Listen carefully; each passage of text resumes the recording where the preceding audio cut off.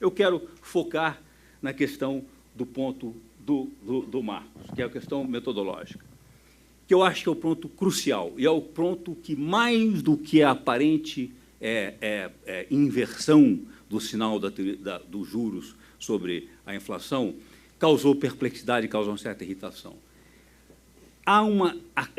O fato é o seguinte, infelizmente, e digo eu hoje, que depois de muitas décadas dedicadas à economia, à macroeconomia, a macroeconomia chegou a um impasse total. E o impasse tem questão fundamentalmente com o seguinte, o Marcos tem toda a razão.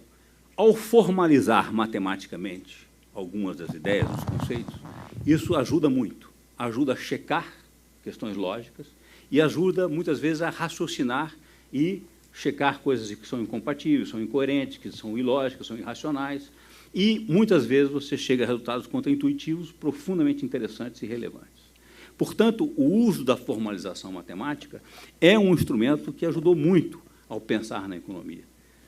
O que aconteceu?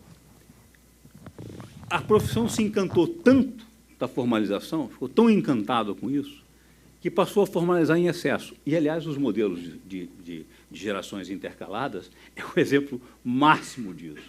E eles chegaram, e eles estão na raiz, como vocês disseram, dos modelos atuais de Dynamic Stochastic General Equilibrium. E eles, durante toda a década de 70 e 80, desculpa, a década de 80, eles eram o modelo Real Business Cycle, e não tinham moeda, e a moeda foi completamente, olha, não existe, moeda não conhecia nada da economia. Bom, esses modelos, com expectativas racionais, e a expectativa racional é a ideia de que essas expectativas são formadas com base nas próprias premissas do modelo, o maximizador do modelo. E, do ponto de vista lógico, é muito difícil de combater, dentro da lógica que se pensa em economia. E ele virou dominante. Esses modelos tinham resultados profundamente irrealistas, mas eram muito sofisticados formalmente. A profissão se viu, portanto, deparada com um dilema: o formalismo ou o realismo. Por incrível que pareça, optou pelo formalismo. Seus modelos são elegantes, mas são irrealistas, dane-se a realidade, fiquemos com os modelos. Foi exatamente o que fez a profissão dos economistas, a um nível absolutamente absurdo. Daqui a algumas décadas, isso será visto, lido como não é possível que as pessoas foram a esse ponto. Bom, e agora, muito bem, a questão toda, aí entra o ponto metodológico. A ideia, como diz o Marcos, ele disse, primeiro Samuel disse com toda a razão, não posso descrever mais, nós não temos uma teoria da moeda. Esse é o meu ponto integral do ponto. Se nós não temos uma teoria da moeda, imagina como é que a gente pode ter ortodoxia e ficar ferro e fogo que tem que subir a taxa de juros, a política monetária. Muito estranho. Tá? Não temos. Não tem embasamento teórico nenhum. A gente sabe disso. Segundo, agora, e como disse aqui o Marcos, a gente pode desenhar um modelo que a gente quiser para qualquer resultado. Perfeito? Qualquer resultado. E aí entra a questão, não. Então, o que a gente deve fazer é um teste empírico. Nós estamos imitando as ciências exatas. Tá? É assim que se testa nas ciências exatas. Ocorre que existe um problema, especialmente na macroeconomia, que é a ideia de quando você está testando modelos que têm múltiplas variáveis, muitas variáveis, e quando você introduz expectativas racionais, a quantidade de variáveis a serem estimadas cresce exponencialmente. O problema é enorme. E o termo técnico em econometria que diz, você consegue ver correlação, mas você não consegue saber causalidade, a menos que você fixe quais são as variáveis exógenas, quais são as variáveis fora. Você fixa valores para certos parâmetros. Isso se tornou um problema tão grave na econometria hoje, em teste empírico em macroeconomia, que os modelos hoje não são mais chamados de modelos, os modelos não são modelos testados, são modelos calibrados. Por quê? Porque você calibra algumas variáveis chaves, alguns parâmetros, algumas variáveis exógenas chaves, para que o modelo se adapte aos dados. Quando você faz isso, é exatamente como o seguinte, olha, você encontra o que você quiser. Esta é a essência da crítica do atual economista, do Paul Romer, atual economista-chefe do Banco Mundial, um artigo devastador, que todo mundo deve ler. Todo mundo deve ler, feito sobre isso. Então, assim, olha, isto é uma impostura, porque os modelos são completamente intestáveis e não são identificáveis econometricamente. Agora, acontece que você define as variáveis para que ele explique os dados. Então, você encontra o que você quiser.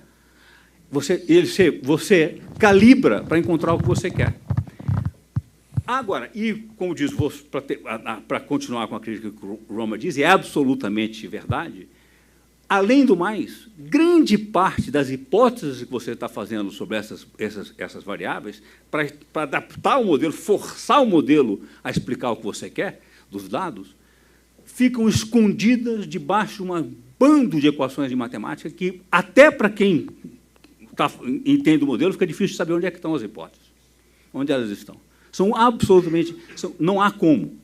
Agora, se é intestável, o problema é seríssimo. Para dar uma ideia, não entrar no problema técnico, eu vou dar uma ideia. Eu fui ao programa da Miriam Leitão falar sobre o livro na semana passada. Ela foi e me fez o seguinte caso. Disse assim, olha, mas o Tom Bini baixou a taxa de juros e a inflação subiu. E depois o Banco Central agora chegou e subiu a taxa de juros e a inflação caiu. O que me impressiona, o que ela está fazendo?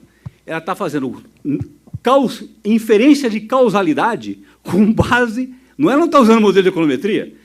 Não, olha, subiu, caiu. Milhares de outras coisas aconteceram simultaneamente. Milhares. A lei do PEC foi aprovada, o Tom Bini foi percebido como estava sendo pressionado politicamente, a política fiscal era Dilma Rousseff e a nova matriz econômica. E aí mudou, completamente diferente. Nós já estávamos com recessão há 2 anos e meio, 14% de desemprego, colapso do investimento, a economia completamente afundada e a inflação lá em cima, fixa, e o juro subindo. Ah, não, ela caiu agora porque o juro subiu. Porque o juro subiu. Aliás, o juro caiu. Quando o Banco Central, o Williams, chegou lá, ele subiu um pouquinho e imediatamente começou a cair. A inflação caiu. E como é que nós podemos fazer inferência de causalidade? Isso, nós sabemos que nem os modelos econométricos mais sofisticados não podem fazer essa inferência. E nós estamos fazendo sistematicamente. Eu li o editorial do Estado de São Paulo, não vou falar do de hoje, porque de hoje eu vou parar de ler o Estado de São Paulo, depois do editorial que eu li hoje. Mas o editorial do Estado de São Paulo sobre o Banco Central dos últimos 2 dias é uma vergonha, porque ele assume causalidade. Olha, a política do Banco Central derrubou a inflação. Eu não estou dizendo que não foi, não foi. Isso não é passível de ser dito. Perfeito? Se não é passível de ser dito com os instrumentos mais sofisticados de econometria, imagina assim, um olhômetro. Aliás, no mercado financeiro, nada me irrita mais no mercado financeiro hoje, que tem, com os softwares de dados e de gráficos que tem, todo mundo põe gráficos superpostos. E aí está evidente que subiu, aqui a taxa de câmbio caiu. Você fala, olha, você está brincando. Você não tem noção de estatística e econometria, e dos problemas que estão envolvidos nisso. Isso e todo mundo acredita. Mostra, olha, claro como aconteceu isso, e aí subiu. E esse dado está subindo, esse aqui está caindo, então uma coisa está causando a outra. Isso é um non sequitur. Para terminar, minha questão é, hoje, depois de várias décadas como economista, e depois de 2 anos assistindo todos os seminários de doutorado num dos departamentos mais sofisticados de economia, que é o de Colômbia hoje, qualquer aluno que me disser, devo estudar economia, me desculpe, vai estudar psicologia comportamental. Você vai estudar psicologia comportamental e matemática aplicada. Você gosta de vai estudar matemática aplicada. Esquece macroeconomia. Não é à toa que macroeconomia foi esquecida. Ninguém mais quer fazer macroeconomia. Acabou. Por quê? Porque em micro você consegue fazer. Esse problema é muito menor. Porque você consegue. Você está estudando um problema específico, uma variável que você sabe e outra. Então você pode usar testes empíricos muito sofisticados e tem coisas muito interessantes. Ninguém mais quer ser macroeconomista. Macroeconomia hoje é uma brincadeira. Agora, é uma brincadeira perigosa, porque as pessoas usam essa formalização como uma espécie de legitimidade a opções políticas. E diz, não venha discutir comigo, porque você não entende. E como eu digo, olha, e como nada tem mais capacidade de poder de impostura, de impressionar, do que algum quadro cheio de equações. Especialmente porque matemática é uma língua simples, é uma língua lógica maravilhosa, simples, mas como quase toda língua, você não consegue aprender se você não aprendeu de criança. Como a maioria das pessoas, infelizmente, no Brasil não aprende de criança, eu acho que todos deviam aprender, não aprenderam, você diz, olha, diante da barreira da matemática, não discute comigo. E quem sabe, fala, não vou trair a classe, perfeito? Nós vamos continuar com a impostura. Vamos continuar falando com a impostura. Este é o ponto, e este é o meu ponto que está no último capítulo do livro. Muito obrigado.